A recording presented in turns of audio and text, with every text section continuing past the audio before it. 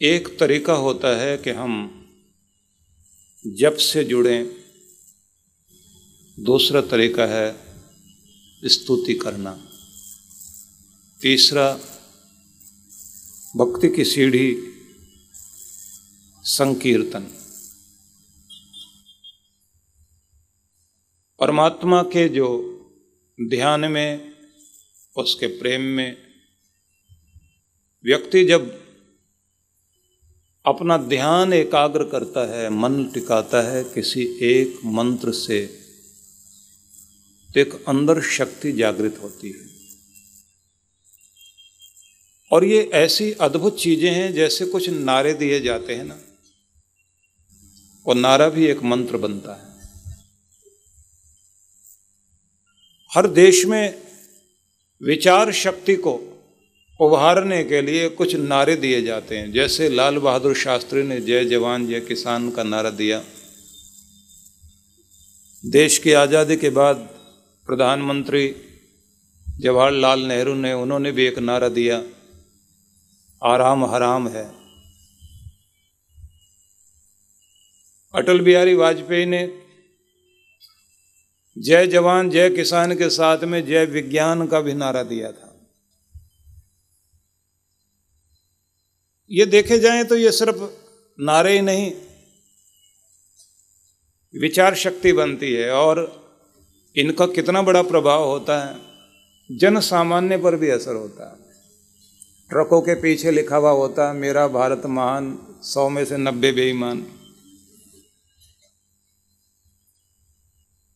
अब आप सोचिए कि वो किसी ने एक बात उछाल दी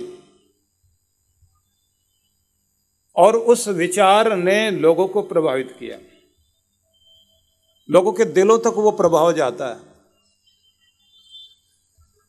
जैसे ड्राइवर लोग लिखते हैं, पीछे लिखा हुआ होता है, सीख ले बेटा ड्राइवरी, फूटे तेरे कर्म, ऐसे पता नहीं क्या क्या लिखा होता है। उस सबको न बताकर, क्योंकि भक्ति की बात चल रही है। विदेशों में भी चलता है। चर्चिल ने जैसे जीतने के बाद इस तरह उंगली बनाकर कहा था, वी फॉर विक्ट्री। और अब देखते हैं आप लोग, जब जीत होती है तो नेता लोग ज्यादातर इसी तरह से कर रहे होते हैं। जैसे सुभाष चंद्र बोस ने जय हिंद का नारा दिया, या फिर ये उद्घोषणा की कि तुम मुझे खून दो, मैं तुम्हें आजादी दूंगा। वो युवकों में जोश भरने के लिए नहीं, वो एक मंत्र बन गया, वो एक शक्ति बन गया। जब आप भी अपनी भक्ति में बैठकर अपने आराध्य के प्रति किसी गुरु के द्वारा दिए गए मंत्र को लेकर उसे बहुत श्रद्धा के साथ लगातार उसकी आवृत्ति जपते हो, वो एक शक्ति बनता है। और वो शक्ति बनकर आपको आपके परमात्मा से मिलने के लिए और दिव्य क्षमताएं पैदा करने के लिए काम करना शुरू कर देता है। इसलिए इसी का नाम है जप। बहुत लोग ये सोचा करते हैं कि तोता रटंत से क्या होने वाला है, टेप रिकॉर्ड बन जाने से क्या होने वाला है। वो लोग ये नहीं सोचते कि दोहराने की शक्ति कितनी अद्भुत होती है। हिटलर इसलिए कहा करता है कि 100 बार झूठ को भी दोहरा दिया गया तो वो भी सच लगने लग जाता है। जरा सोच कर देखिए, अगर सच को और मंत्र को, मंत्र शक्ति को बार बार दोहरा दिया गया तो वो कितनी बड़ी शक्ति बन सकती है। इसलिए जप में मंत्र को, उस ध्वनि को बार बार दोहराया जाता है।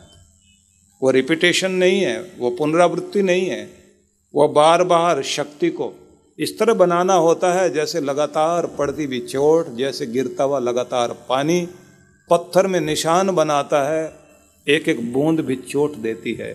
ऐसे एक एक मंत्र बार बार दोहराना आपके हृदय पर, आपकी आत्मा पर, पूरे ब्रह्मांड पर और परम सत्ता तक अपना असर जरूर देता है। इसलिए दोहराना चाहिए, जाप करना चाहिए। बुद्धिवादी लोग बिना ज्यादा विचारे तर्क वितर्क करके बात को वहां रोक देते हैं कि ये तोता रटन से क्या होगा। इसलिए मैं इसको जरा ज्यादा जोर देकर समझा रहा हूं। जप है, जप के तरीके मैंने आपको बताए थे। उसके बाद आपसे कहा था संकीर्तन, संकीर्तन वो होता है जब आपकी आत्मा नर्तकी बन जाए भगवान के दरबार में, जब आप झूमते हुए वाइब्रेट होकर परमात्मा का नाम जपते हैं। और इसी तरह एक स्थिति होती स्तुति। स्तुति में आप भगवान की महिमा को, गुणों को, उसके लीलाओं को, कृपाओं को याद करते हो और याद करके गुणों का गान करते हुए प्रेम अनुभव करते हो। मतलब ये हुआ, जिसकी तारीफ की जाए उसके प्रति लगाव पैदा होता है। स्तुति का तरीका ही वो है कि लगाव बढ़े भगवान के प्रति, और जब लगाव बढ़ता है तो रस पैदा होता है। जब रस आता है मन टिकने लगता है। इसलिए स्तुति अलग तरह की बात है। स्तुति में हम जो प्रार्थनाएं करते हैं वो स्तुति की प्रार्थनाएं अलग तरह की होती हैं। उसमें मांगा नहीं जाता। जैसे त्वमेव माता च पिता त्वमेव, तुम माता हो, तुम पिता हो, तुम बंधु हो, तुम सखा हो, तुम मेरा ज्ञान हो, तुम मेरा ध्यान हो, तुम मेरा सर्वस्व हो, तुम मेरा मान हो, तुम मेरे सब कुछ हो, हर रिश्ता तुझसे है। यहाँ मांगा कुछ नहीं गया, क्योंकि इंसान की आदत वैसी है जैसे मजदूर ने अभी बोझ उठाया और उसी के साथ में बोले पैसे निकालो। अभी मैंने हाथ जोड़े हैं तो दो ना कुछ। अभी भगवान के आगे हमने कहा मैंने 2 मंत्र बोल दिए ना तो दे दो, अब क्या देना है, मुकदमा जितवा दो। तो ऐसी मजदूरी या फिर थोड़ा सा कुछ देकर बहुत कुछ लेने की आशा, वो स्तुति नहीं है। स्तुति में गुणगान किया जाता है और स्तुति करता हुआ व्यक्ति मांगता नहीं। स्तुति करते हुए हम लोग निकटता अनुभव करते हैं, तारीफ करते जाते हैं। और ये तारीफ बिल्कुल वैसे ही होती है जैसे कोई माँ अपने छोटे से बच्चे को जो घुटनों के बल चलने लग गया, अब वो कुछ बोलने भी लग गया, अब सारा दिन उसकी चर्चा करती है, चर्चा करके खुश होती है। ये ऐसे चलता है, ये ऐसे बोलता है, ये ऐसे देखता है, ये ऐसे, इसकी हरकतें ऐसी हैं, मुझे इसके पीछे ऐसे दौड़ना पड़ता है, फिर ये ऐसे मुंह बनाता है। उसके पास सिर्फ उसकी चर्चा करने के सिवाय कुछ और होता ही नहीं। और वो अच्छा लगने लग जाता है जो उसके बेटे की तारीफ करने लग जाता है। वो आदमी अच्छा लगता है जो उसके बेटे के लिए गिफ्ट लेकर आता है, जो उसके बेटे के लिए बात करे। तो सच में भगवान की तारीफ करता हुआ इंसान प्रेम अनुभव करता है। और फिर ऐसा ही कोई मिल जाए जो भगवान की चर्चा करे तो आपस में बहुत अच्छा लगने लग जाता है। ऐसे के साथ ही बैठना अच्छा लगने लग जाता है। तो स्तुति में इंसान के अंदर परमात्मा के प्रति प्रेम जागता है और सारा दिन उसकी तारीफ में लगा रहता है। देखो भगवान की लीला, देखो भगवान की कृपाएं चारों तरफ किस तरह से छाई हुई हैं। इंद्रधनुष के रंगों में वही दिखाई देता है, कैसा अद्भुत चित्रकार है। उड़ते हुए फूल तुमने नहीं देखे होंगे, लेकिन तितलियां उड़ते हुए फूल ही तो हैं।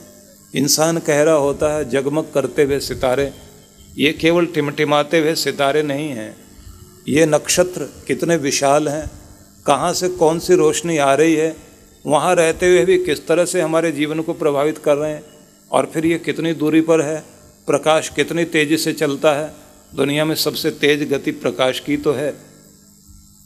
इंसान हिसाब लगा रहा होता बैठकर, हिसाब लगाते लगाते भगवान की महिमा का गुणगान करने लग जाता है कि सूरज से प्रकाश हमारी धरती पर आता है, प्रकाश कितनी तेज़ी से चलता है, लेकिन फिर भी धरती पर आने में 8 मिनट 18 सेकंड उसको लग रहे हैं। कितनी दूरी से सूर्य हमारा कल्याण करता है, हमारे लिए रोशनी देता है, रास्ता दिखाता है। और इसमें रोशनी भी किसकी है? मेरे मालिक की है, मेरे भगवान की है। सूरज के पास अपना कुछ भी नहीं है। अब ये जो कुछ देख रहा है, ये स्तुति कर रहा है, ये उसकी लीला का कथन कर रहा है।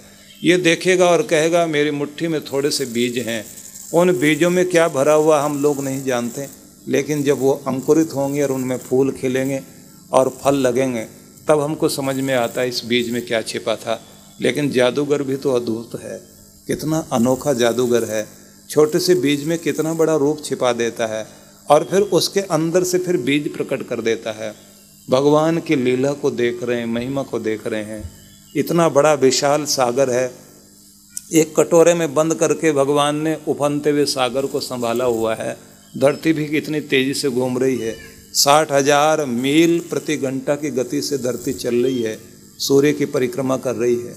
उसके बाद परिक्रमा करते हुए घूमते हुए जल भी तो साथ साथ घूम रहा है, लेकिन छलक कर गिरता भी तो नहीं। तो व्यवस्था कैसी अद्भुत है। जैसे आसमान में कोई गेंद तैरती हो, ऐसे ही तो हमारी पृथ्वी भी चल रही है और गतिशील है, और उसके बाद भी न तो कहीं पानी गिर रहा है। कौन सी चीज़ से आकर्षण से बांध रखा है भगवान ने। फिर इस दुनिया में जितने जितने भी जीव जंतु हैं, सबके लिए तो स्थान भगवान देते हैं, सबके लिए ज़मीन अलाटमेंट होती है, अन्न जल दिया जाता है, जीवन दिया जाता है, किसको कहाँ रहना है, किसकी सुरक्षा कैसे होनी है, सब कुछ ध्यान में रखकर भगवान चल रहे हैं। तो मेरा मालिक कितना अद्भुत है। वो हमारा चौकीदार भी है, वो हमारा अन्नदाता भी है, वो हमारा माता पिता भी है, वो शिक्षा देने वाला शिक्षक भी है, वो हमें हर रूप में संभाल रहा है। ये जो आप कह रहे हैं और उसके प्रति लगाव जागता जाता है, इस सब का नाम स्तुति है, और इसी में इंसान नाम रखता जाता है। जब वो कहता है तुझसे बढ़कर शक्ति किसी की नहीं, इसलिए सर्वशक्तिमान तू है, और तुझसे बढ़कर दयालु कोई नहीं है, इसलिए तू दयालु कहलाता है, और तेरी कृपाएं सबको मिलती हैं, इसलिए तू कृपालु है, और तेरे द्वारा ही सबका न्याय और इंसाफ होता है, इसलिए तू न्यायकारी है। अनेक अनेक गुणों का कथन करना, स्तुति करना। तो कहते हैं भगवान की तरफ चलने के लिए एक ही तरीका नहीं चाहिए, जप भी चाहिए, संकीर्तन भी चाहिए, लेकिन स्तुति भी चाहिए। स्तुति में आप तारीफ करते करते परमात्मा के प्रति अनंत अनंत प्रेम जगा लेते हैं, लेकिन उसमें ये तरीका नहीं होता कि भगवान और तो बाकी सब ठीक है, तू देता है, जरूर देता है, तेरी बड़ी दया है, लेकिन ये बात क्या है कि मुझे तो देता ही है, पड़ोसी को ज़्यादा क्यों देता है। जब हम इस तरह की स्तुति करने लग जाते हैं, फिर हम भगवान की निकटता और प्रेम अनुभव नहीं करते। भगवान मुझे दिया, मैं तो लायक आदमी हूं, लेकिन बेईमान को क्यों दिया। ये जो हम हिसाब लगा रहे हैं, तो स्तुति से हम दूर जा रहे हैं। लेकिन मैं ये कहना चाहता हूं कि जब आप स्तुति की बात करोगे, आभार व्यक्त करोगे, उस समय आपके अंदर एक प्रेम जागना चाहिए, और वो प्रेम अनंत होना चाहिए। मतलब उसकी कोई सीमा रेखा नहीं होनी चाहिए। आपका प्रेम सागर से गहरा और आकाश से भी कहीं ऊंचा और धरती से भी कहीं ज़्यादा विशाल बनकर जब भगवान की तरफ बहने लग जाता है, नदी की धाराओं की तरह, तब आपकी भक्ति चरम की ओर पहुंचती है, उसमें फल फूल लगने शुरू हो जाते हैं। इसलिए दो बातें याद रखना। एक, आप जब भी मंदिर जाते हैं तो हाथ में आपके फूल होते हैं, फूलों को बोलते हैं सुमन, और साथ में करते हैं नमन। तो दो चीजें आपके साथ रहती हैं। नमन जब आप कर रहे होते हैं, उस समय एक महत्वपूर्ण बात ही होती, न मन, मेरा मन है ही नहीं, सब तेरा ही तेरा है। तो इस तरह से जब इंसान ये सोचता न मन, मन नहीं है, और नमन का मतलब हो गया, नमन मतलब प्रणाम करना, कि नमन कर रहा हूँ, न मन, मेरा मन मन नहीं है, मतलब मैं नहीं है, मेरी अकड़ अकड़ नहीं है, जो कुछ है सिर्फ तू ही तू है। तो ऐसा कहकर जब सिर झुकाते हैं तो वो नमन होता है। और जैसे ही नमन करते हैं तो वैसे ही अमन होना शुरू होता है। अमन, शांति, मन में शांति आनी शुरू हो जाती है। नमन से अमन। और फिर कहते हैं फूल चढ़ाओ, कृपाओं को अनुभव करो। तो मन फूल चढ़ाया, उसको कहते हैं सुमन। तो मन फिर अच्छे भाव के कारण सुमन बनता। सु कहते हैं अच्छे को, और मन का मतलब मन। जब अच्छा मन बन जाता है तो यहाँ से एक अलग तरह की चीज़ शुरू होती है, उसे कहते हैं प्रार्थना। जब प्रार्थना शुरू होती है तो प्रार्थना में फिर आप सिर झुकाकर अपनी खुशी, अपनी गमी अपनी पीड़ा, अपना आनंद सब व्यक्त करते हैं भगवान से।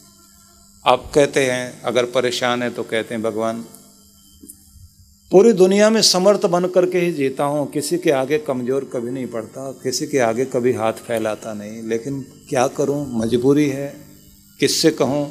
अपना सगा, अपना सबसे ज़्यादा कोई अगर दुनिया में है तो तू ही है, तो अपनी पीड़ा तुझसे ही कहता हूँ।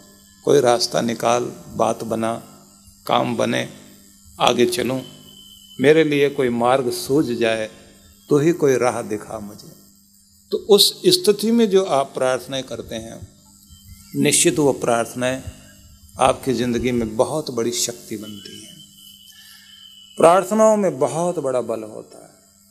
और प्रार्थनाएं भी ये ध्यान रखिए कि जब सामूहिक प्रार्थनाएं होती हैं तब वो प्रार्थना सच में बल बन जाती हैं। इसलिए हो सके तो अपने घर के सभी लोग इकट्ठे बैठकर मिलजुल के प्रार्थना जरूर किया करो। छोटा सा बच्चा भी अगर प्रार्थना करता है आपके साथ मिलकर, तो प्रार्थना सच में चमत्कारी हो जाती है, क्योंकि जिसका मन निश्चल है, ऐसे मन से की गई प्रार्थनाएं कृपाएं देती हैं। इसलिए जरूर करना चाहिए। एक दिन ऐसा आप रखें, रविवार की सामूहिक प्रार्थना का प्रोग्राम आप लोग रख लिया करें।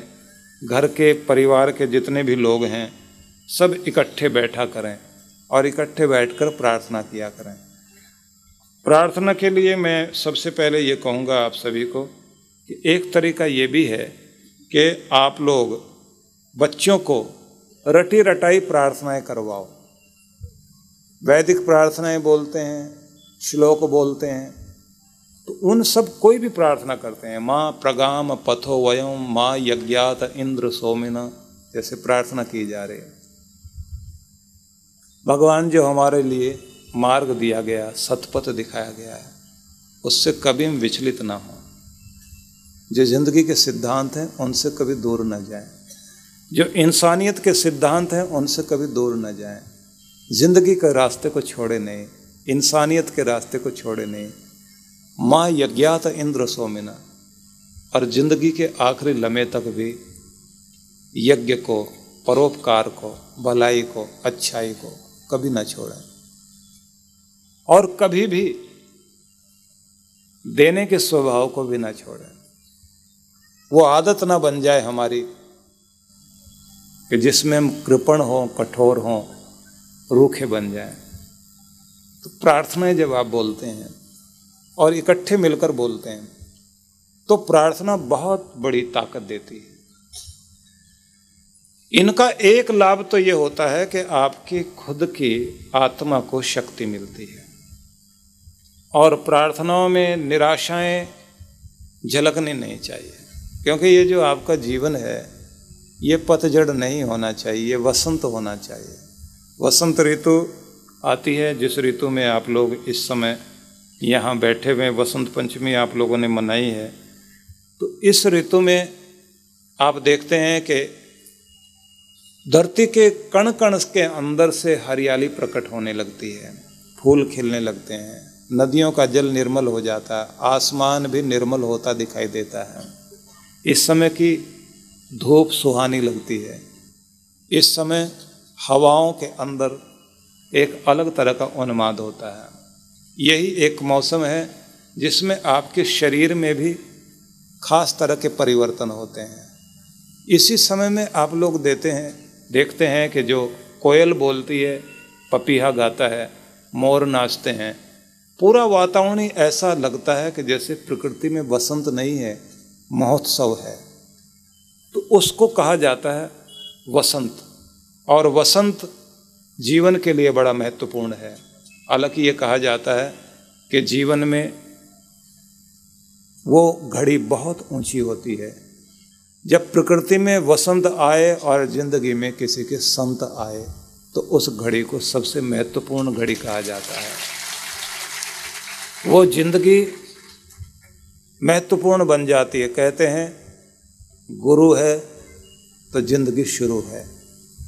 जिस घड़ी से आपके जीवन में गुरु ने प्रवेश किया, तो तो जीवन तो वहीं से प्रारंभ हो गया। दो भागों में जीवन बट जाता है, मिलने से पहले और मिलने के बाद। जब से गुरु से मिले उससे पहले और जब से मिले उसके बाद एक अलग तरह का परिवर्तन। जीवन का उत्तरायण जब शुरू होता है, जीवन के अंदर एक प्रकाश पर्व जब शुरू होता है, तो उसे कहा जाता है वो एक घड़ी जब जीवन में गुरु आ गए। तो प्रार्थनाएं जब आपके जीवन से जुड़ती हैं तो उन प्रार्थनाओं में आप वसंत वाली बात करते हैं, उत्साह की बात करते हैं। आपकी प्रार्थनाएं ऐसी दुर्बल प्रार्थनाएं नहीं होनी चाहिए कि हम अपने आप को हीन दीन, बहुत ही ज़्यादा नीचे गिरा हुआ और ऐसा मान लें कि जैसे कोई कुछ होना ही नहीं है।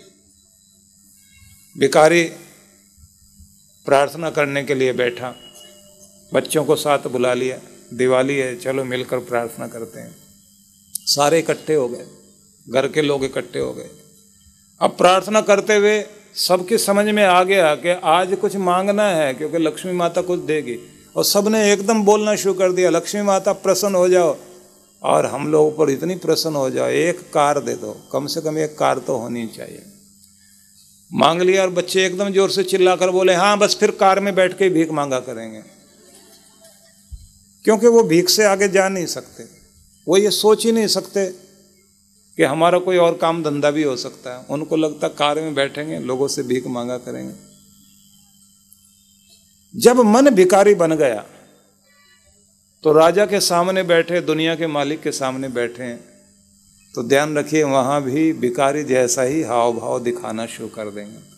जब मन इतना ज्यादा भिखारी बन गया हो तो फिर प्रार्थना में भी भिखारीपन दिखाई देता है।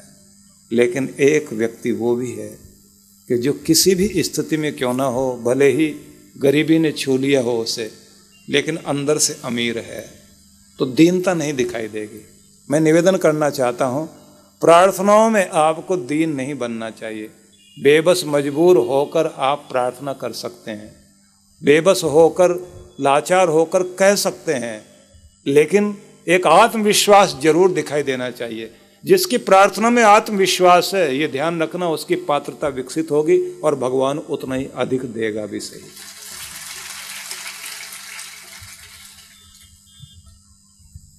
तो जप, संकीर्तन, स्तुति, फिर आती है प्रार्थना।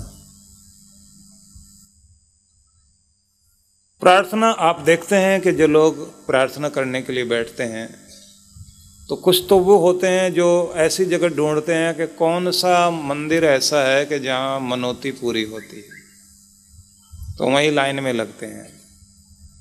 उस में ये भी पूछ लेते हैं कितने दिन आना पड़ता है इधर।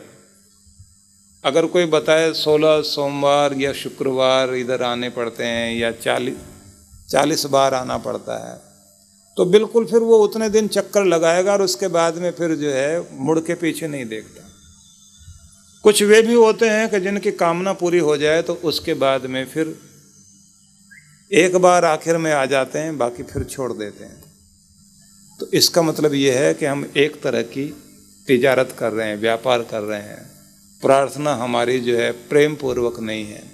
जिनकी प्रार्थनाओं में प्रेम झलकता है वो भगवान को हर पल धन्यवाद करते हैं, शुक्र मनाते हैं और यही कहते हैं कि तेरे देने में कमी नहीं, मेरे संभालने में कमी है।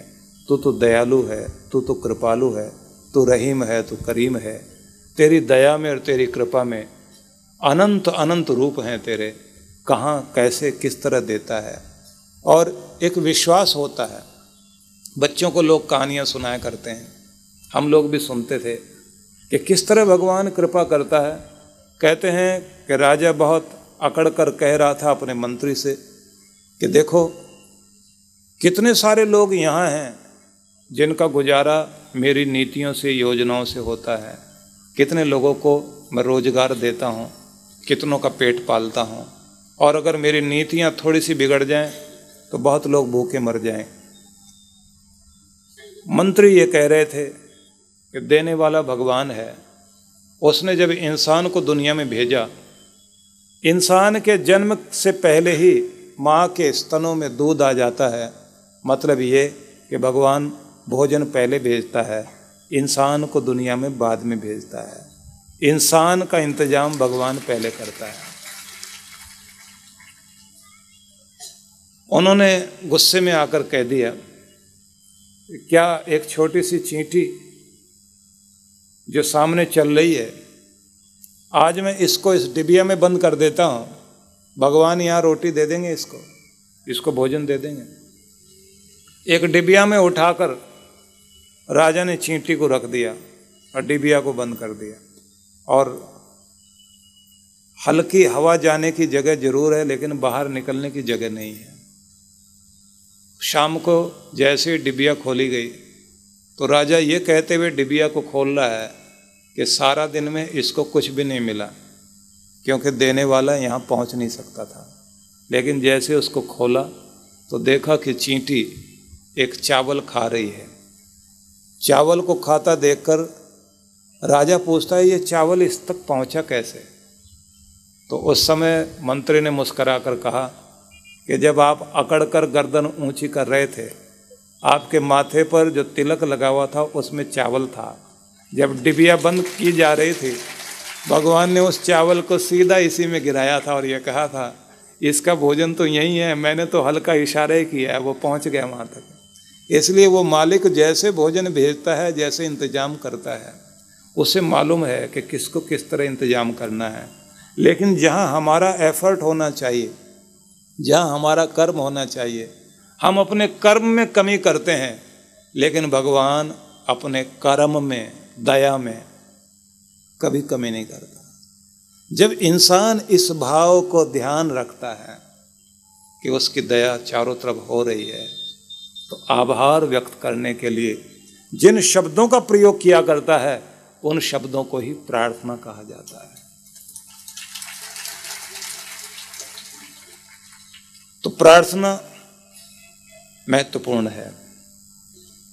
इसी के साथ आता है सिमरन, स्मरण, याद बनी रहना, जिसके लिए कहते हैं कि ये इस तरह रहे जैसे सुमरन की सुधियों करो जैसे गागर पनिहार, हालत डोलत सुरती में कहत कबीर विचार। सुमरन की सुधियों करो जैसे दाम कंगाल, कह कबीर बिसरत नहीं पल पल लेत संभाल।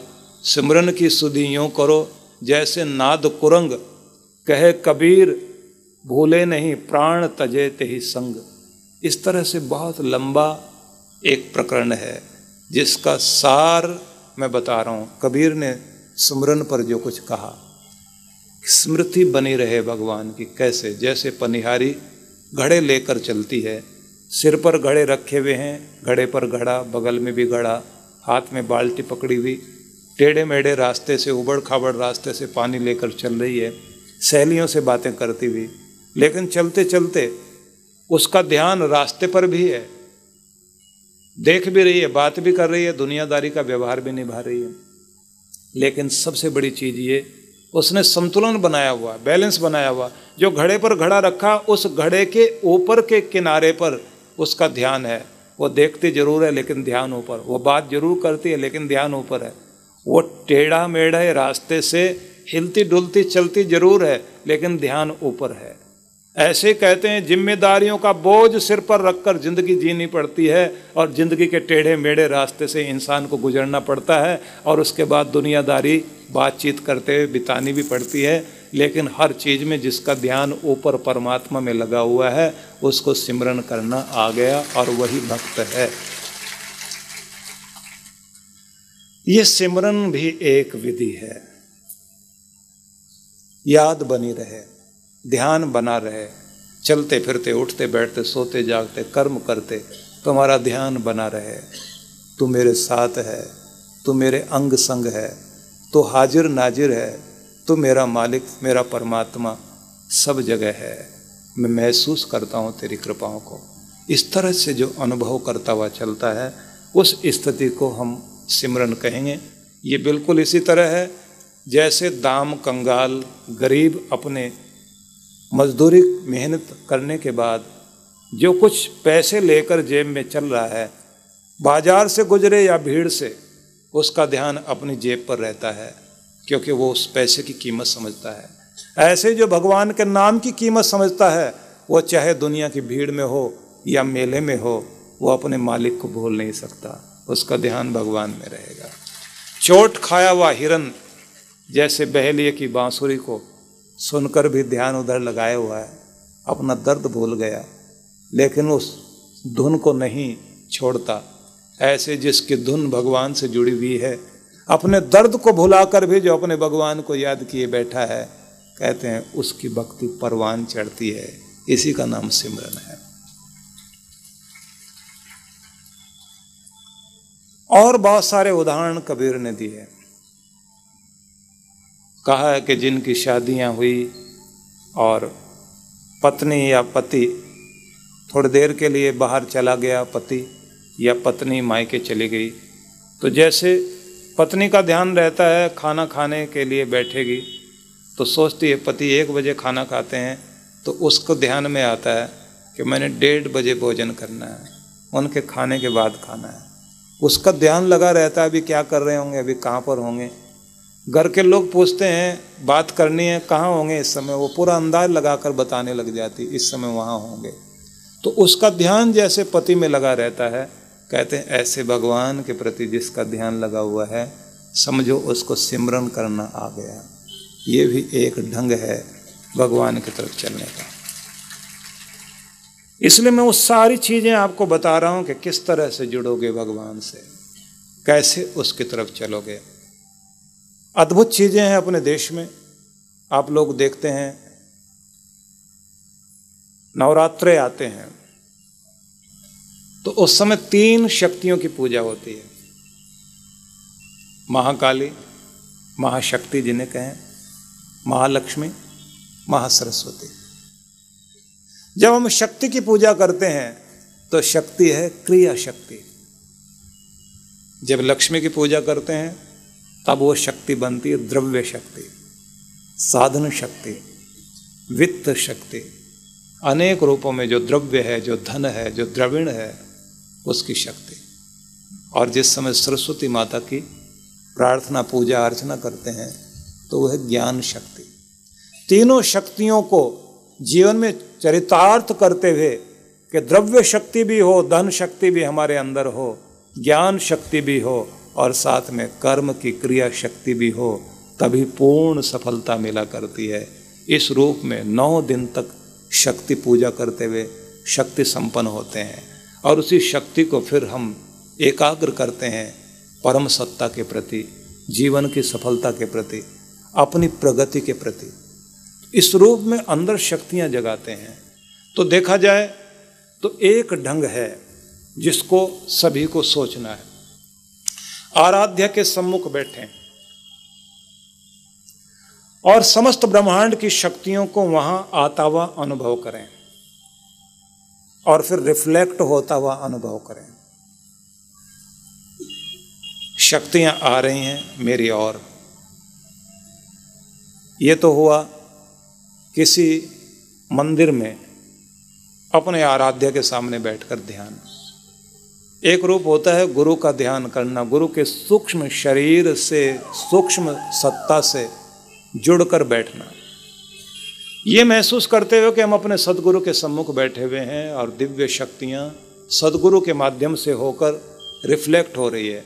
गुरु के माथे पर आज्ञा चक्र जिसको तिलक से ढका हुआ है, उस जगह पर मेरा ध्यान है और वहीं से रिफ्लेक्ट होती हुई, प्रतिध्वनित होती हुई, प्रतिबिंबित होती हुई शक्तियाँ मेरी ओर प्रवाहित हो रही हैं और मैं चार्ज हो रहा हूँ। शक्तियाँ मिल रही हैं, शक्ति ग्रहण कर रहा हूँ। तो उस स्थिति में ध्यान में बैठकर शक्तियों को अनुभव करना चाहिए।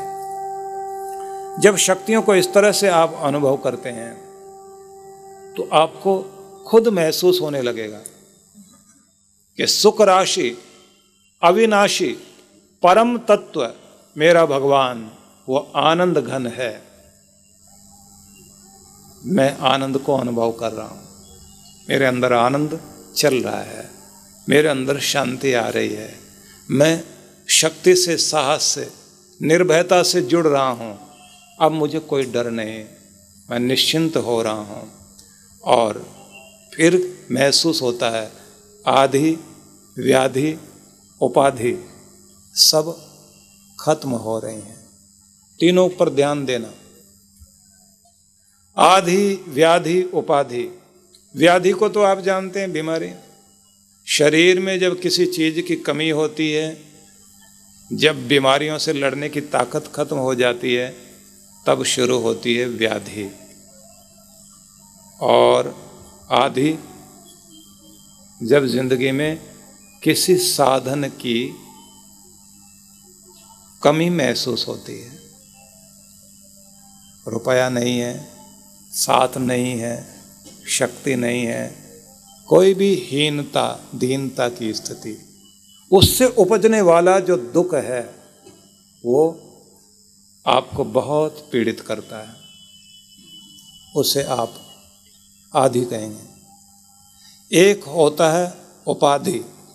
स्वाभाविक रूप से किसी की जिंदगी में जो स्वभाव का दुख पैदा हो जाता है, चिड़चिड़ा स्वभाव, गुस्सा करना, जिद्दीपन, डांटना डपटना, गलत आदत, कोई भी प्रकार का जो व्यक्ति जीवन के अंदर दोष बनाकर, स्वभावगत कमी लाकर जो हम दुखी हैं, परिवार में किसी की जिद के कारण, किसी की हीनता के कारण, किसी के कोई गलत व्यवहार करना, किसी का ताना करने की आदत, किसी की आलोचना करने की आदत, किसी की कमियां ढूंढने की आदत, कोई तरह तरह के जो स्वभावगत दोष होते हैं, इनका मिलना बहुत मुश्किल होता है। इसलिए बड़ी अजीब बात है, लड़का लड़की की शादी करते हैं, दोनों की कुंडली ना भी मिलाओ तो भी मिल जाती है। सास बहू ननद भाभी, इनकी कुंडली मिलाना बहुत मुश्किल है। और जब इनकी कुंडली कोई, क्योंकि इनकी कहाँ कोई मिलाता है। लड़का लड़की की कुंडली मिला लेंगे, लेकिन सास बहू की थोड़ी मिलाई जाती है। और ज़्यादा ज़रूरत इन्हीं की होती है मिलाने की, क्योंकि इनकी मिल जाए तब तो मामला ठीक चलता है। ननद भाभी की मिल जाए तो मामला ज़्यादा ठीक चलता है। लेकिन ज़्यादातर समस्याएं यहीं से शुरू हो जाती है। जब भी स्वभावगत समस्याएं आती हैं, रिश्तों में कहीं ना कहीं दुख खड़ा हो जाता है। इसलिए आप देखते हैं कहाँ हर समय खिली रहने वाली लड़की शादी हो जाने के बाद हर समय बेचारी सोच में डूबी रहती है। हर समय अंदर अंदर जैसे कोई घुन लगा हुआ है, जैसे कोई दीमक लग गई हो जिंदगी में, वो दीमक उसे खाती रहती है। ये तीन तरह के दुख हैं, एक है आधि, एक है व्याधि, एक है उपाधि। घर में कलह कलेश, तनाव, झगड़ा, परेशानी, जहाँ कहीं पॉलिटिक्स हो रही है आपके घर में, या आपके मतलब किसी के, क्योंकि बोलने में ऐसे बोला जाता है ना, किसी के घर में कहीं कोई समस्या हो। मैं इसलिए बीच में रुक जाता हूँ, क्योंकि मुझे लगता है जब आपके कहता हूँ तो आपके मतलब सिर्फ आपका ही नहीं है। किसी के घर में कोई राजनीति हो रही है, किसी के घर में कोई ऐसे मिर्च मसाला लगा लगा कर बात बिगाड़ी जाती है, मंथरा प्रवेश कर जाए या शकुनी अपनी चालें चलने लग जाएं, क्योंकि बहुत तरह की मंथराएं हैं दुनिया में। मंथराएं आजकल बड़ी मॉडर्न मंथरा है, इतने अच्छे कपड़े पहनकर आती है, ऐसे ऐसी बातें करती है, इंग्लिश बोलती भी आती है। मंथरा आजकल मॉडर्न हो गई है और ऐसे घर में आग लगा कर जाती है। कभी कभी तो देखने में आता है कि ऐसे लोगों की लगाई हुई आग कभी बुझती नहीं। मैंने वो मजाक सुनी है कि एक बहू अपनी सहेली से पूछ रही थी, कहाँ जा रही हो? बोले मैं लाइटर लेने के लिए जा रही हूँ। घर में ना माचिस रही ना लाइटर रहा, अब खाना बनाना है। वो बोली, तेरे घर में लाइटर की ज़रूरत पड़ रही है तो मेरी सास को लेके जाया करना, जहाँ कहीं आग ना लगे वहाँ जाके लगा दे, बहुत अच्छी है। गीले ईंधन में भी अग्नि सुलगा देती है, मतलब जहाँ आग ना जल सके। अब कहीं सासें इस तरह बात करती हैं, उनको लगता है बहुओं के बारे में, क्योंकि इंसान कहीं भी है जिनका स्वभाव आग लगाने का है, समझ लीजिए वो स्वभाव उपाधि का है। तो ये तीन तरह के दुख इंसान की ज़िंदगी में जब होते हैं तो कहते हैं इनको आप प्रयास करते भी हैं, आग बुझती नहीं, लेकिन कृपा से बुझती है। जब भगवान से प्रार्थना करते हैं, मेरे मालिक तेरी कृपा से ही मेरे घर में सुख शांति आएगी। तो ही कोई दया कर मेरे ऊपर, मेरे परिवार के ऊपर, कि कोई भी इस तरह का प्रभाव मेरे घर में न रहे, बल्कि तेरी कृपाएं रहें, मेरा घर मंदिर रहे तेरा, मेरा घर ऐसा हो कि जहाँ तेरी याद रहे और खुशबू अच्छे गुणों की आती रहे। तो महत्वपूर्ण बात को सुनने के लिए जब आप बैठे तो रोम रोम आपका उधर की तरफ ही है। तो जब आपका ध्यान उधर लगा हुआ है, बिल्कुल आप संसार से ध्यान हटा चुके, तो उस समय जब आप खो गए तो आपको ये महसूस होगा कि जैसे उसने कुछ बोल दिया और मैंने सुन लिया। वो जो बोला, वो बोला इस तरह से जैसे वो मुझे मिल गया। उसने कह दिया आनंद, मैं आनंदित महसूस कर रहा हूँ, आनंद की लहरें अंदर चल रही हैं। हमने महसूस किया कि वो शक्ति है, आवाज़ें आई हैं शक्ति, तो शक्ति आप अंदर महसूस कर रहे हैं, अनुभव कर रहे हैं। ध्यान में भगवान बोल रहे हैं, भक्त सुन रहा है, और बोलती हैं उसकी किरणें, जैसे सूरज की किरणें आपको बोलकर कुछ कहती हैं। बोलती कैसे हैं? सर्दी में ठिठुरते हुए हाथों में सूरज की किरणें जैसे आकर छूती हैं तो आपको एक सिहरन महसूस होती है, जो आपको छुआ गया वो गरम गरम किरण आपके अंदर एक शक्ति देकर चली गई, आप चार्ज हो रहे हैं। ऐसे भगवान आपको छू रहे हैं तो मानो उसकी किरणें छू रही हैं, तो आपका डर, तनाव, अशांति खत्म हो रही है, शांत हो रहे हो, सहज हो रहे हो, आपका रोम रोम चार्ज हो रहा है। आपके शरीर के अंदर जो रिक्तता, जो कमी, जो अभाव है वो दूर होने लग जाता है, और आप जितने भी ग्रहण करने की शक्ति से भरे हुए होते हैं उतनी ही शक्ति ग्रहण कर पाते हो। आपका चुंबक जितना काम करता है उतने उन शक्तियों को अपनी तरफ खींचते हो। जितना आप अनंत प्रेम लेकर बैठते हो उतना ही भगवान से आप कुछ खींचते हो। इसलिए ये मात्रा धीरे धीरे बढ़ानी होती है। आनंद अनुभव करना, खुश होना, जैसे स्वाद कोई चीज़ का लिया जाता, खा रहे हैं आप, उस स्वाद को आप ले तो रहे हैं, लेकिन जब उस स्वाद को आप अनुभव करते हुए और उसके लिए कोई आवाज़ या कोई आप बोलते हैं बहुत अच्छा लग रहा है, बहुत अच्छा स्वाद है, कोई आम खाया, कोई लीची आपने खाई। इसलिए बड़ी अद्भुत बात है, जब ध्यान कराते हैं तो ध्यान में एक विधि आती है एकाग्रता की। एकाग्रता लाने के लिए त्राटक विधि का प्रयोग करते हैं। तो त्राटक कराते हैं, एक तो वो जो सामने किसी फूल को या किसी दिए को एक टक देखते हुए उसमें मन टिकाना। एक होता है ध्यान से आप वहाँ पहुँच जाएं, कि जैसे आप बैठे हुए हैं और एक लीची का बगीचा है, तो लीची के बगीचे में बहुत अच्छी लीचियाँ लगी हुई हैं और एक गुच्छा लीची का बिल्कुल नज़दीक में है। बैठे बैठे झुक करके ही आपने तोड़ लिया, अब उसको छील कर आप मुख में रख रहे हैं, आंखें बंद हैं आपकी, अब जिह्वा के ऊपर लीची रखी हुई है। अब जो आपने दांतों से उसको पहली बार दबाया और उसका रस आपकी जीभ पर पड़ा, वो जो आप अनुभव कर रहे हैं उसे महसूस करते हुए उसी पर मन टिकाना, वो किस तरह का स्वाद था। अब आप उस पर जब मन टिकाएंगे, उस स्वाद पर मन टिकाएंगे, आप वहीं पर मन टिकाए रखिए और उसका आनंद लेना शुरू कर दीजिए। जब आप उसका आनंद ले रहे होते हैं, मन को इधर उधर जाने नहीं देना, तो अब इससे मन को ताकत मिलनी शुरू हो जाएगी। मन की एकाग्रता करने से, किसी चीज़ पर मन टिकाने से मन बलवान बनता है और मन की शक्ति जागती है। और मन जब शक्तिवान होता है, ऐसा शक्तिवान घोड़ा, इसके ऊपर अपने भगवान को बैठाकर आप निकट पहुंचते हैं। मतलब इस मन पर ही अपने परमात्मा को बैठाकर आप अपनी ओर लेकर आते हैं। मन को टिकाना है, एकाग्र करना है, और ये बिल्कुल इसी तरह होगा कि किसी भी विधि से मन को एकाग्र कर लीजिए। अब स्वाद में जैसे स्वाद वाली एकाग्रता ले रहे हैं, तो बैठे बैठे आप सोच रहे हैं, आप बैठे हुए हैं और किसी ने आपको महसूस कराया कि शहद का छत्ता है, एक बूंद ऊपर से टपकी और जीभ पर आकर लगी, उस बूंद का स्वाद अनुभव करो, मन वहीं टिकाए रखना।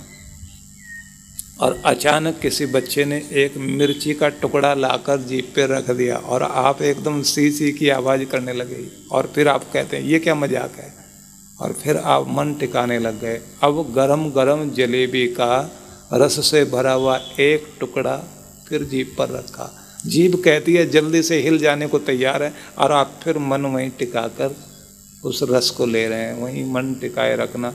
और कितना अच्छा स्वाद है ये महसूस कर रहे हैं। और किसी भेल पापड़ी का भी एक टुकड़ा आपने रख लिया और वो जो स्वाद, खट्टा मीठा चरपरा मिर्च मसाले साथ लगे हुए हैं, जीभ पर रखा हुआ, जीभ हिलने को तैयार है, मन वहीं टिकाकर थोड़ी देर के लिए एकाग्र होकर बैठे। अब ये देखा जाए तो कहीं आप कोई बेल पापड़ी नहीं खा रहे, कोई गोलगप्पे नहीं खा रहे, कोई पानी पूड़ी नहीं खा रहे हैं, लेकिन आप बैठे हुए हैं वहीं, मन को एकाग्र कर रहे हैं, उस स्वाद पर टिका रहे हैं। मन को टिकाने की विधियां हैं।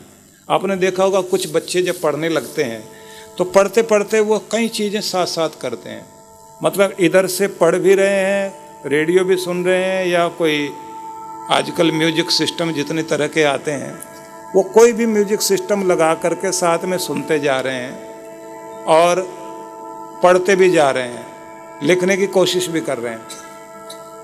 और वो कहते हैं हमको पढ़ने में ऐसे ही पढ़ा जाता है और कोई तरीका नहीं पढ़ने का, नहीं तो हम लोग थोड़ी देर के बाद भी डिप्रेस हो जाते हैं या मन उचट जाता है, मूड खराब हो जाता है। पर मैं कहता हूँ ये आधे अधूरे मन से पढ़ने वाला व्यक्ति अपने अंदर अपनी पढ़ाई को स्टोर नहीं कर पाता और उसको रजिस्टर नहीं कर पाता, ठीक से रिकॉर्डिंग नहीं कर पाता। ठीक से रिकॉर्डिंग करने का, स्टोर करने का और रजिस्टर करने का जो तरीका है वो एकाग्रता से बनता है। एक समय में एक ही काम में पूरा मन लगाकर, बल्कि ये महसूस करते हुए कि ये सब्जेक्ट मेरे लिए बहुत ज़्यादा महत्वपूर्ण है और इस विषय को पढ़ते हुए मैं अपने आप को लायक बना रहा हूँ और मुझे और ज़्यादा शांति से इसको समझना है। जब आप उसमें पूरा मन लगाते हैं तो फिर वो विद्या आपकी अपनी बन जाती है। मन की एकाग्रता बहुत जरूरी है। एक समय में एक काम करना, ऐसे मन को टिकाना सीखना, एक चीज में मन टिकाना, खाना खाते समय पूरा मन उसमें, संगीत के टाइम में संगीत सुन रहे हैं तो पूरा मन उसमें, खेलने के टाइम में पूरा ध्यान खेल में, तो इससे आपके मन की शक्तियाँ बढ़ती हैं। जब आपके मन की शक्तियाँ बढ़ती हैं तो ये ध्यान रखना, उससे आप सफल होते हैं, उसी से ध्यान में भी सफलता मिलती है। और जब एकाग्रता बढ़ने लग जाती है तो भक्ति में एकाग्रता का महत्व है, ये ध्यान रखिए, क्योंकि इस समय एकाग्रता के विषय में बता रहा हूँ। एकाग्रता और ध्यान, धारणा ध्यान, प्रत्याहार ध्यान, ये महत्वपूर्ण है। प्रत्याहार से धारणा की ओर, धारणा से ध्यान की ओर, ध्यान से समाधि की ओर चलने के नियम हैं। तो एकाग्रता बहुत जरूरी है। एकाग्रता में चलता है त्राटक, एक टक किसी चीज में मन को टिकाकर मन की शक्ति को बढ़ाना। इसी तरह आता है, ये तो मैंने आपको स्वाद का कहा, अब आता है स्पर्श का। स्पर्श अनुभव कीजिए, अपने छोटे होने का अनुभव, माँ के गोद में बैठे हुए माँ के द्वारा दिए गए दुलार का अनुभव, या जैसे आप कल यहाँ बैठे हुए थे और कोई आदमी आंखें बंद करके बैठा, अचानक ऊपर से पानी की बूंदें जो पड़ रही थी, एक जगह से पानी की मोटी सी बूंद आकर सिर पर गिरी और वो नाक से होते हुए गर्दन पर आ गई और आप एकदम सिहर गए। उस अनुभव को करना। या कहीं आप बैठे थे मैदान में और अभी अपने धुन में खोए हुए हैं, हल्की हल्की हवा चल रही है और अचानक कोई बूंद आकर आपको स्पर्श कर गई, उस स्पर्श में थोड़ी देर के लिए ध्यान टिका लेना। या आप बैठे हुए हैं, कोई आपका अपना आया, दोनों हाथों से उसने अपने आपके आंखों को बंद कर लिया, वो जो एकदम कोई छू कर गया उसे अनुभव करना। या अचानक खिड़की खुली, तेज हवा का झोंका आपको छू गया, वो जो एक स्पर्श का अनुभव है उसे अनुभव करना। आपके बच्चे ने आपको छुआ, प्यारे से बच्चे का वो स्पर्श अनुभव करना। या आप अपने बैठे बैठे हाथ में किसी एक छोटे से खरगोश को हाथ में पकड़ा हुआ, उसके सिर के ऊपर दुलार भरा हाथ आप घुमा रहे हैं, अपने हाथ पर अपना ही हाथ चलाते हुए महसूस करना उस स्पर्श को, कोमलता को महसूस करना और मन उसी में टिकाए रखना। ये अभ्यास होते हैं मन की ताकत को बढ़ाने के। मन बीमार है, मन कमज़ोर है, मन भयभीत है, मन अशक्त है, मन चंचल है, मन डामाडोल है, स्थिरता लाने के लिए प्रयोग किया करो। जब आप प्रयोग करना सीख जाएंगे तो फिर उसे ध्यान की तरफ लेकर जाओ। जब ध्यान में लेकर जाओगे तो यही ध्यान में लगने वाला मन जहाँ भगवान की तरफ लेकर जाता वहीं ये कुछ चमत्कार भी करता है। वो चमत्कार किस तरह के हैं? अगर आप अपने बिजनेस में सफल होना चाहते हैं, ये मन ही नई नई बातें निकाल कर लाएगा कि इस लाइन के साथ साथ ये लाइन और शुरू कर ली जाए तो कमाल हो सकता है। और आप ऐसा शुरू करते हैं और सच में आपको सफलता मिलने लग जाती है। संगीतकार को नया संगीत सूझने लग जाए, कवि को कवित्व सूझने लग जाए, कलाकार को नया आर्ट और हुनर जागने लग जाए। एकाग्रता से ही संभव होता है जब आप मन को इस तरह टिकाते हैं। ये अभ्यास करने चाहिए। इसी तरह का एक रूप और होता है, जैसे आपने स्पर्श को अनुभव किया, जैसे आपने स्वाद को अनुभव किया, ऐसे सुगंध का भी होता है। बैठे बैठे आप महसूस करें जैसे किसी शाम को रात को टहलने के लिए निकले और कहीं से रजनीगंधा की या चमेली के फूलों की खुशबू आ रही है, तो खुशबू जैसे आपकी तरफ बढ़ती जा रही है, खुशबू और अधिक महसूस हो रही है, तो उस सुगंध को अनुभव करना आंखें बंद करके और खुश होकर कि जैसे वह भीनी भीनी सुगंध आपकी नासिका की तरफ आ रही है। कभी गुलाब को अनुभव कीजिए। गुलाब की कोई क्यारी है, बहुत सारे गुलाब खिले हुए हैं। कभी जाएं आप और देखें, अजमेर की तरफ आप जाएं जहाँ